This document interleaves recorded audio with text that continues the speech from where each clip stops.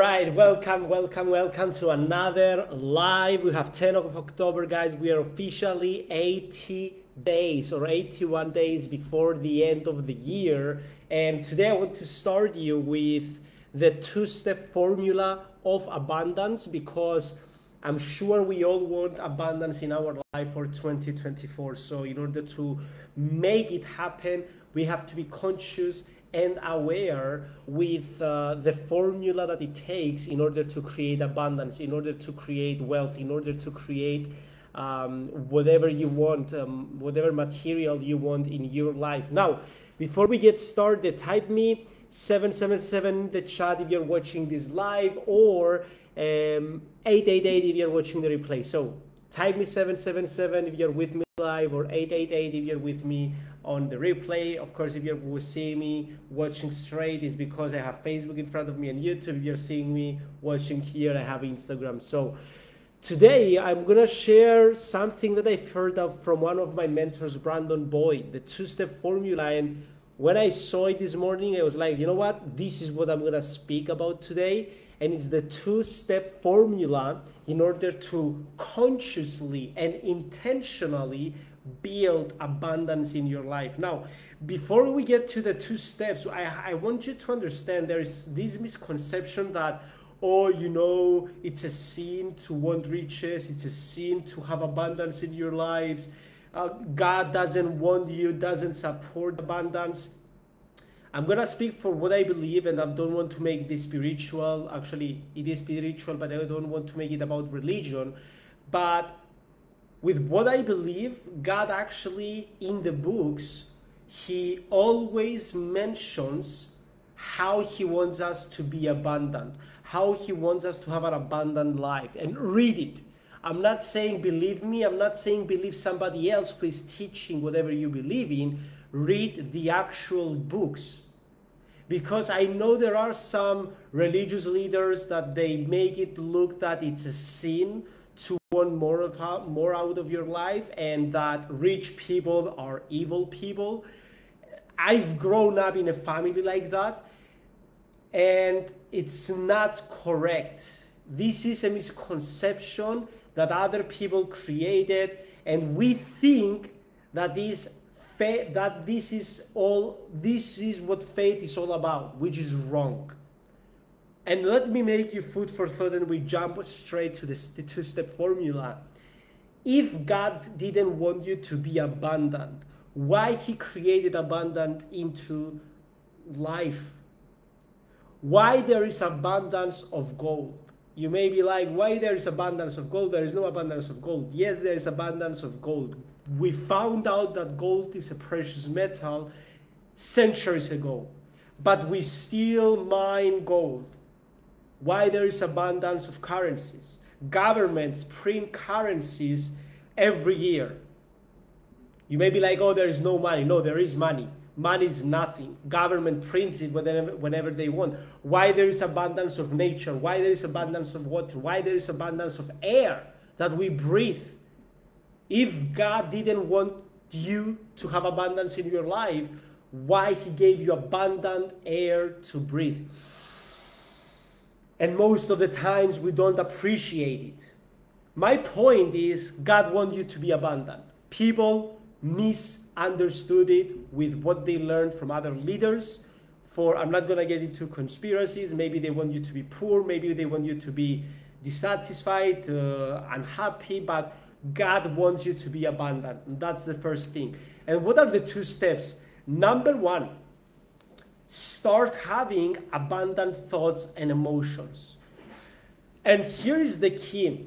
We've learned the paradigm that we cannot control our future and our fate. People say that you cannot escape from fate and everything. You cannot escape your future. Again, this is wrong.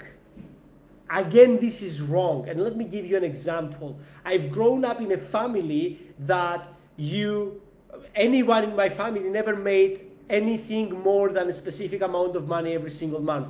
I've overcame that specific amount of money, and I'm still 28 years old. We've seen 95% of the most wealthy people, they are first generational millionaires and billionaires. What does that mean? If it was their fate to be broke, why they overcame it? My point is, we get to decide what thoughts and emotions we feel and think of, and that's what makes us to do the actions we do, and our actions create our results. So if you want to change your results, you have to change your actions. Now, you can change your actions momentarily by forcing yourself, or you can change your thoughts and emotions so you can permanently have more abundantly actions.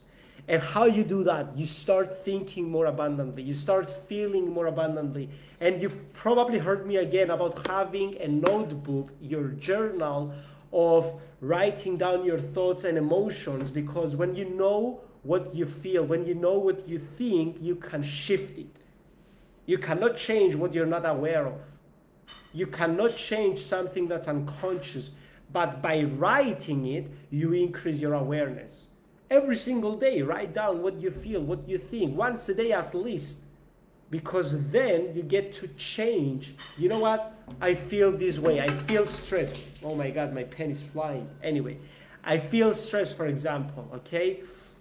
For example, I wrote down my to-do list for the week, and I was like, oh my God, I have so much stuff to do. I don't know if I'm gonna make it, and I started feeling stressed. And then I thought, you know what? God will provide me the resources to get everything done. And I started reaching out to people that can help me with those tasks, delegate some tasks, and of course, remain myself calm so I make this happen and I actually do my to-do list. What's my point? I shifted my perception from stressful thoughts and from limited thoughts to abundant thoughts, and guess what? Now I feel more calm. Calmness and peace are abundant emotions. Number 2 step for this formula is persistence plus failure equals success, Brandon said. Let me repeat that. Persistence plus failure equals success. You cannot skip failure and be successful. Again, you cannot skip failure and be successful. Write me in the comments, yes or no, if you ever thought about, oh, you know what, I want to be successful. In order to be successful, I have to avoid failure. That's wrong. You cannot avoid failure and be successful, because success is built on failure. You can overcome, though, quitting. So the second step of abundance is failing, but being persistent when you fail so you can overcome it and eventually be successful. So guys, this is the 2-step formula for success. This is what I wanted to share with you today. Step number 1, have abundant thoughts and feelings, emotions, because guess what? We control what we feel. I know people say the opposite. That's why they don't have the results they want. And number 2, failure plus persistence equals success. Do not try to overcome failure.